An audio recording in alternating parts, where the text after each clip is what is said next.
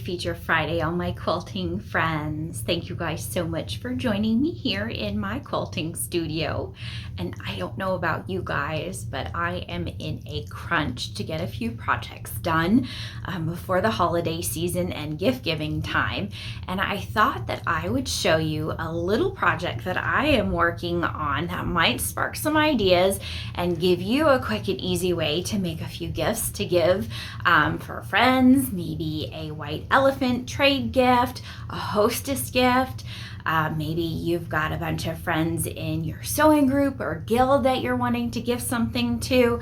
And so this is something that has come out of my scrap barrel, and not just my fabric scrap barrel, but also my batting scrap barrel. I am doing pot holders on my long arm so that they are quick, easy, and finished very quickly. So I am gonna show you what I've got here. I made a little 4-patch out of 5-inch squares. So this is gonna be the top of my pot holder. And then I have some scrap batting. Everything that gets cut off of quilts that I use on my long arm or leftovers all goes into a box. So I've got, these are about 10-inch squares. They're not perfect, but batting squares. And then I am using Insul-Bright. So this is that insulated batting that you can buy. This is what the logo looks like. This is not the only brand out there. There are other brands. You may like something different that you can use for this purpose, but this makes it so that they're nice and sturdy and will keep the insulation in your pot holders and you won't burn your hands. But this does have metallic in it, so you can't like put this in the microwave or anything like that. There are other things out there that you can put in the microwave, but this one you cannot. So if you're wanting to do soup bowls or something, this is not good for that. You need something more like warm and natural. So I am using all of these goodies that you see to put together pot holders on my frame. So I'm not like pre-assembling or anything like that. It's just layer after layer going on my frame. The only thing I am pre-assembling are the little 4 patches, which I've done very quickly in just a few minutes to make these. So I'm going to show you how I layer it up on my frame, and then we'll get started. So I'm going to turn y'all around.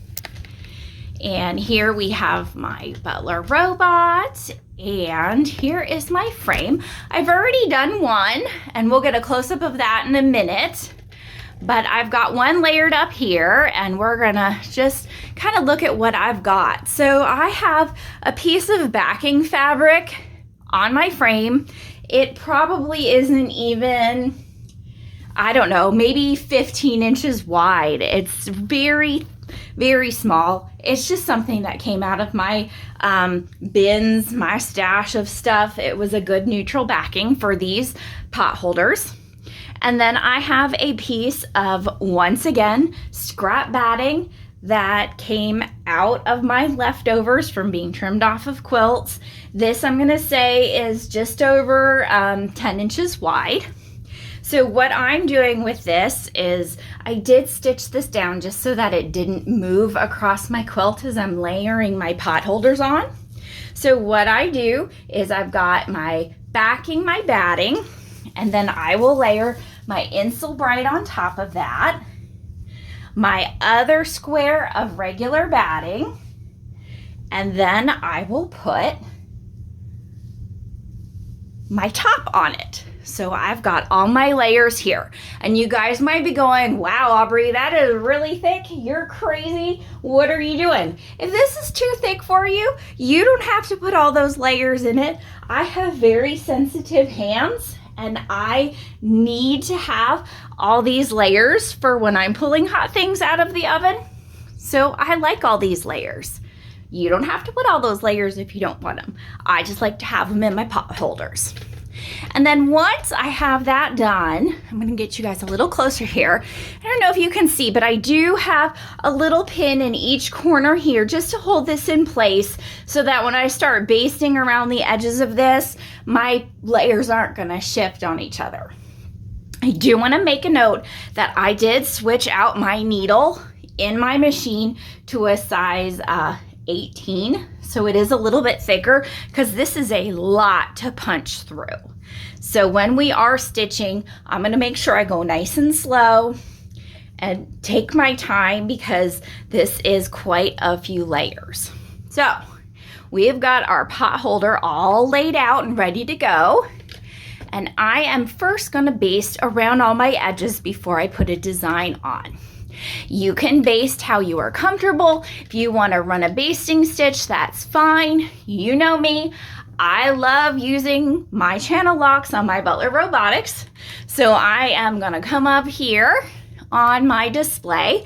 I'm going to go to home at the top left corner, and I am going to use my horizontal and vertical channel locks to go all the way around the 4 sides of my pot holder square. So I'm going to start in the upper left hand corner.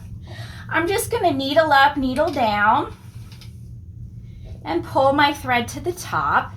And I'm going to come in probably about 1/4 of an inch from the edge of my fabric all the way around.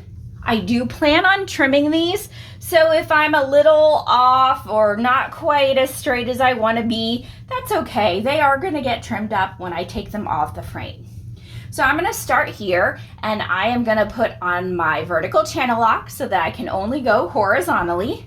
I'll start my machine, and I'm just going to stitch nice and slow across the top of my little pot holder sandwich. And you can really feel all the layers that you have in here, because it is very thick and very different from stitching a normal quilt sandwich with just a backing and your batting. And when I get to the end here, I am going to turn off my vertical channel lock. Let me get you in screen. I'm going to turn off my vertical channel lock and turn on my horizontal so that I can come down the other side. I am going to pull this pin out before I do that. And now I'm going to come down the side.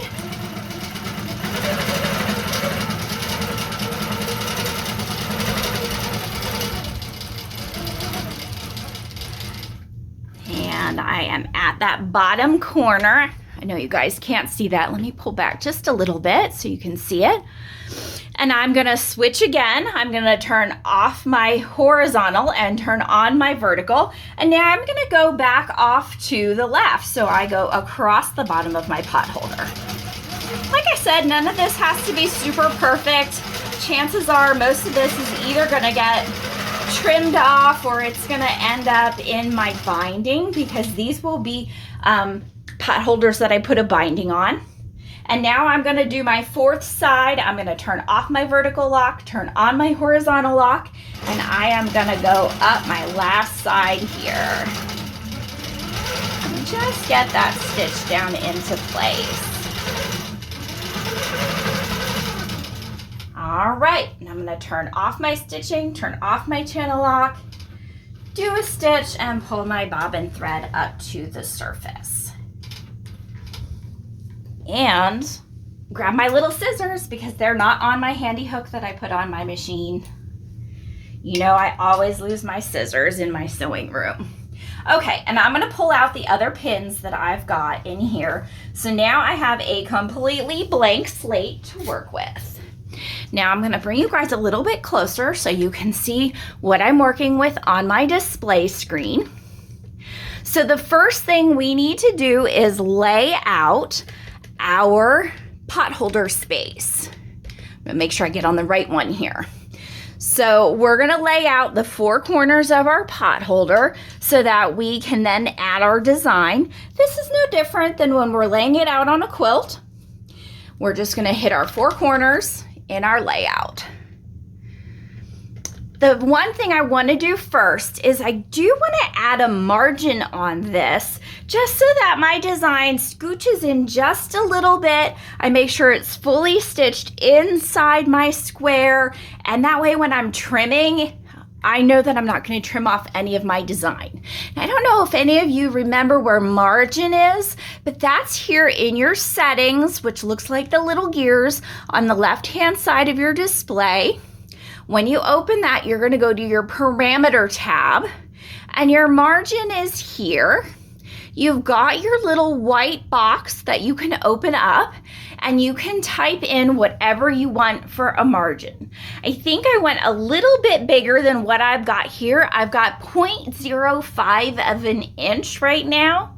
And because I'm going to put binding on this and I want to make sure I don't lose any of my design, I think I'm going to put 0.07, just a hair more. So I know I've got a good margin around my design so that I don't cut any of it off when I'm trimming and binding my pot holder. We're going to go back to layout and highlight that. And now we're going to add, get this all in frame for you. We are going to add a layout space.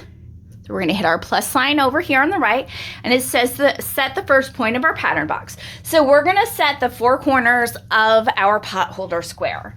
I'm going to set the top left with my plus sign. I'm going to come down to the bottom left and hit my plus sign, the bottom right and hit my plus sign, and the top right and hit my check mark. And that way I've got this square that represents my pot holder. I hope my arm didn't get in front of the camera when I did that.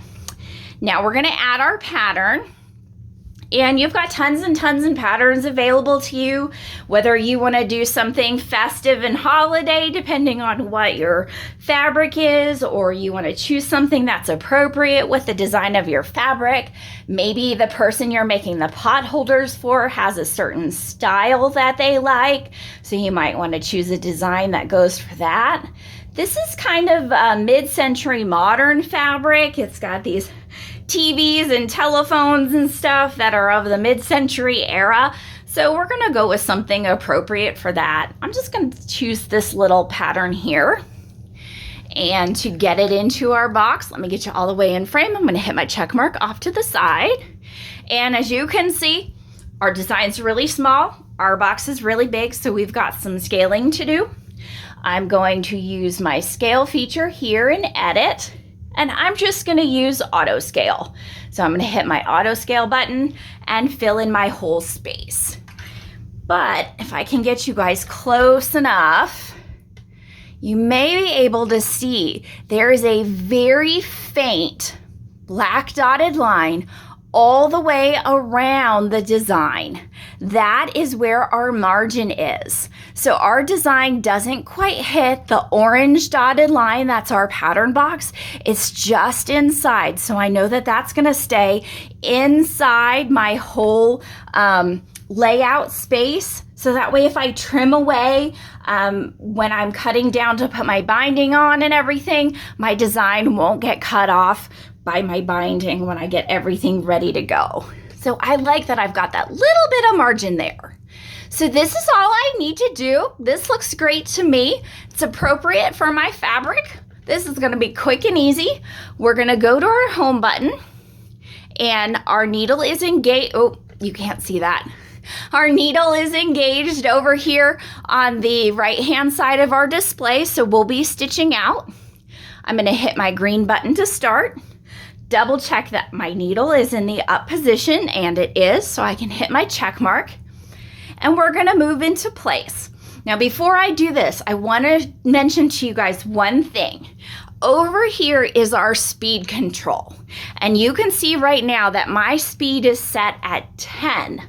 Normally when I'm stitching, and you guys see me stitching, my speed is set at 30.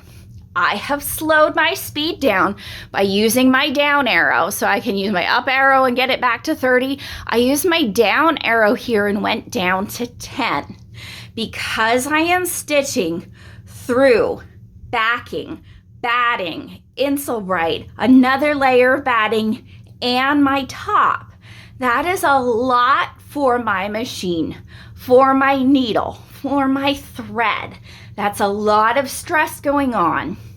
And I don't want the speed to interfere with any of that stitching and break my thread as it's trying to puncture through all those layers. So I use that bigger needle trying to give us an advantage, but I'm slowing my speed down as well so that the speed that we're running at doesn't cause thread break problems. So I slowed down to 10. We're gonna get started now. I'm gonna follow my directions and do my single stitch. I'll hit my check mark, pull my bobbin thread up, hit my check mark. I'm gonna tie off my stitches by cycling my needle 3 times. If you like to bury your threads, leave nice long tails, and just hit your check mark and skip this stitch. I'm gonna turn my stitching on and hit the check mark on my display. And as you can see, it is running far slower than it normally runs for me. We're gonna let this run and I'll be back to you guys in just a second. All right, everybody, we have finished our stitch out on this pot holder. I think it turned out great. It looks really cute. And I'll show you the first one I did. So it's a matching one. So we've got a set now. I did another kind of design that was appropriate for the mid-century modern, and I think if I'm really careful and line these up well, I can get another 2 side by side. So in one little kind of swish of my long arm, I could get 4 pot holders in one go. And wouldn't that make a really nice hostess gift or a present for a friend in your guild or something? So I really love that you can do this kind of quick and easy on your long arm. You can have this stitching out while you're working on another project or wrapping presents or something like that. So I really love that this is a great stash buster, a great way to get rid of all of your batting scraps that you've cut off of other quilts. And isn't this the time of year that you want to kind of use up what you've got so that you can buy new for the new year? Thank you guys so much for joining me today. I really appreciate y'all being here. I hope y'all have a wonderful weekend. Maybe y'all will make some pot holders, and we'll see you guys next week. Thanks so much. Bye.